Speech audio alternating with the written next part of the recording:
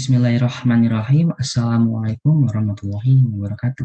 Baik, di sini kita akan membahas mengenai memori virtual. Ya, langsung saja. Perkenalkan, nama saya Dasin Aryo Atmanto dengan NIM 28869 dari kelas 3A Teknik Komputer. Kemudian ada table of contents yang akan kita bahas. Yang pertama ialah latar belakang. Kemudian, apa itu virtual memory dan demand page? Kemudian, bagaimana implementasi virtual memory itu sendiri? Dan apa itu page replacement? Bahasan yang pertama ialah latar belakang. Ketika program hendak dieksekusi oleh CPU, maka program harus dibawa ke physical memory. Sedangkan, pada metode tradisional, seluruh page harus dibawa untuk suatu proses ke memori. Semisal kita memiliki beberapa page dalam memori, logical memory. Ketika program tersebut hendak dieksekusi oleh CPU, maka seluruh bagian program harus dibawa ke physical memory. Tentunya ini akan menimbulkan berbagai masalah, yaitu tidak semua bagian program akan dieksekusi, dan tidak semua bagian program pula dibutuhkan pada waktu bersamaan, sehingga dibutuhkanlah pemisahan antara logical memory dan physical memory agar eksekusi yang dilakukan hanya pada bagian program yang sudah di-load di memori saja, atau yang lebih dikenal dengan virtual memory. Virtual memory adalah suatu teknik yang memisahkan antara logical memory dan physical memory. Adapun beberapa keuntungan dari virtual memory, yang pertama ialah ukuran logical space bisa lebih besar dari ukuran physical address space. Yang kedua, hanya beberapa bagian dari program yang di-load ke memori, jelas berbeda dengan metode tradisional sebelumnya. Kemudian, pembuatan proses baru lebih efisien dan lebih banyak program yang berjalan secara concurrent. Kemudian, butuh lebih sedikit input atau output untuk load sebuah proses. Dan yang terakhir, address space dapat dibagi untuk beberapa proses. Kemudian, bagaimana implementasi dari virtual memory itu? Ada dua cara, yaitu dengan demand page dan menggunakan demand segmentation. Baik, langsung saja kita bahas mengenai on-demand page. Demand paging ialah ketika sebuah page dibutuhkan, maka page tersebut akan dibawa ke memori atau disebut dengan konsep lazy swapper, yaitu jangan swipe ke memori kecuali ia dibutuhkan. Kemudian, swapper yang berhubungan dengan page swapping disebut pager. Ada beberapa keuntungan dari demand paging. Yang pertama, hanya page yang dibutuhkan yang di-load ke memori, sehingga lebih banyak free memory dan lebih banyak pula proses yang bisa dijalankan secara concurrent, dan lebih sedikit page yang di-load dari disk. Nah, ini ada beberapa konsep dasar dari demand paging. Yang pertama, sebelum eksekusi, pager harus memperkirakan page mana saja yang mungkin dibutuhkan saat eksekusi. Kemudian, ketika CPU ingin mengakses data instruksi di suatu page, ada dua pengkondisian. Jika page tadi sudah ada di memori, maka dipakai. Jika belum ada, maka load space dari backing store atau virtual memory dan alokasikan ke frame bebas di memori fisik. Kemudian, ada dua cara implementasi akses backing store.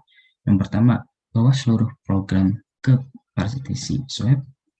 Pager ambil page dari partisi swap, di-swapin ke memori fisik. Kemudian, pager ambil langsung dari file system. Jika physical memory penuh, swap out page dari memori ke backing store. Nah, kemudian ini adalah valid invalid bit untuk membantu menandai sebuah page yang sudah ada di physical memory. Nah, pada valid, kita akan menggunakan simbol V. Dan kemudian pada invalid, kita akan menggunakan simbol I pada page table. Valid ini ialah page yang ada di memori, sedangkan invalid yaitu page tidak ada di memori. Ada dua kemungkinan apabila invalid. Yang pertama, page belum di-load ke memori dan page tersebut tidak berhak diakses proses tersebut. Kemudian, akses pada page dengan invalid disebut dengan page fault. Nah, berikut ada contoh. Nah, pada eksekusi awal, hanya load page 0, 2 ke memori. Karena di sini pada page table yang valid itu page 0 dan 2 saja, sehingga di-load ke main memory. Nah, saat terjadi eksekusi, CPU harus mengakses data ke page 2. Nah, saat terjadinya eksekusi, akses data di page 2 akan dicek pada page table.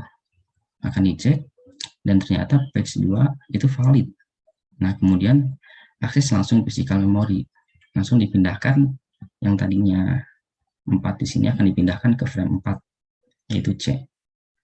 Nah, kemudian apabila CPU harus mengakses data di page 1, maka dicek dulu page table-nya pada page 1 invalid. Oleh karena itu terjadilah page fault. Kemudian jalankanlah prosedur penanganan page fault. Nah, penanganan page fault yang pertama, ketika terjadi page fault, maka eksekusi dihentikan sementara karena OS trap. Kemudian cek dua kemungkinan penyebab page fault. Yang pertama, page belum di-load ke memori atau page tersebut tidak berhak diakses. Nah, pada kasus yang tadi, page belum di-load ke memori, sehingga jika invalid karena belum di-load, ambil page dari backing store. Ini akan diambil dari page yang ada di backing store, yaitu di logical memory. Bebas semua yang mana saja. Semisal kita mengambil 3 ya, kemudian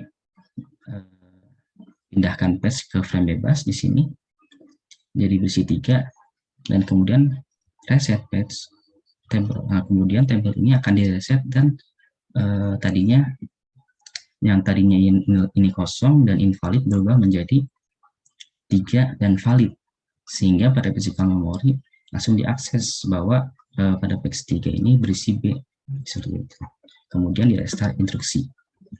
Nah, kemudian ada performa demand paging. Yang pertama, apabila tidak ditemukan frame bebas, maka dilakukan page replacement, yaitu mencari beberapa page di memori yang tidak digunakan, kemudian dilakukan swap out ke backing store. Kedua, terdapat beberapa algoritma page replacement di mana performansi algoritma diharapkan menghasilkan jumlah page fault minimum. Beberapa page kemungkinan dibawa ke memori beberapa kali. Kemudian ada 3 aktivitas utama. Yang pertama ialah melayani uninterrupt. Yang kedua, membaca page dari X butuh waktu yang banyak. Yang terakhir, restart proses. Nah, ini membutuhkan waktu yang lebih sedikit.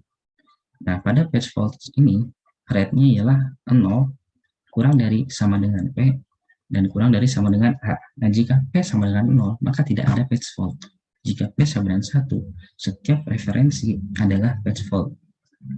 Performa demand paging diukur dengan waktu akses efektif atau effective access time yang disingkat dengan EAT. EAT ada rumusnya, yaitu sama dengan dalam kurung 1 kurang P dikali memori akses plus P dalam kurung page fault overhead ditambah swap page out dan swap page in. Nah, page replacement policy. Performance atau page fault ratio bergantung pada page replace policy agar page fault rate sekecil mungkin. Yang kedua, jadi pemilihan polisi untuk page replacement sangat kritis terhadap performance sistem keseluruhan. Kemudian ada istilah swap page. Aspek penting dalam demand paging adalah menangani penggunaan swap page atau ruang disk yang digunakan untuk swap. Suatu bagian dalam disk dijadikan swap space di luar sistem file sebagai penyimpanan virtual memory. Kemudian ada juga over allocating memory. Yang pertama, peningkatan degree of multiprogramming akan sampai pada situasi over allocation memory. Saat terjadi page fault dan hendak page in ternyata tidak ada frame kosong tersedia, maka dilakukan solusi LS, terminate process user. Kalau tidak, paging harus transparan bagi user. Nah, ada beberapa solusi. Yang pertama, jika terjadi tracing, yaitu swap out suatu proses atau penurunan degree of multiprogramming. Nah, apabila terjadi page replacement, mencari salah satu frame yang tidak sedang digunakan dan membebaskannya. Kemudian menuliskan isi sebelumnya ke swap space dan mengubah page table di mana page tidak ada di memori. Mungkin cukup sekian yang bisa dipresentasikan. Saya ucapkan terima kasih. Wassalamualaikum warahmatullahi wabarakatuh.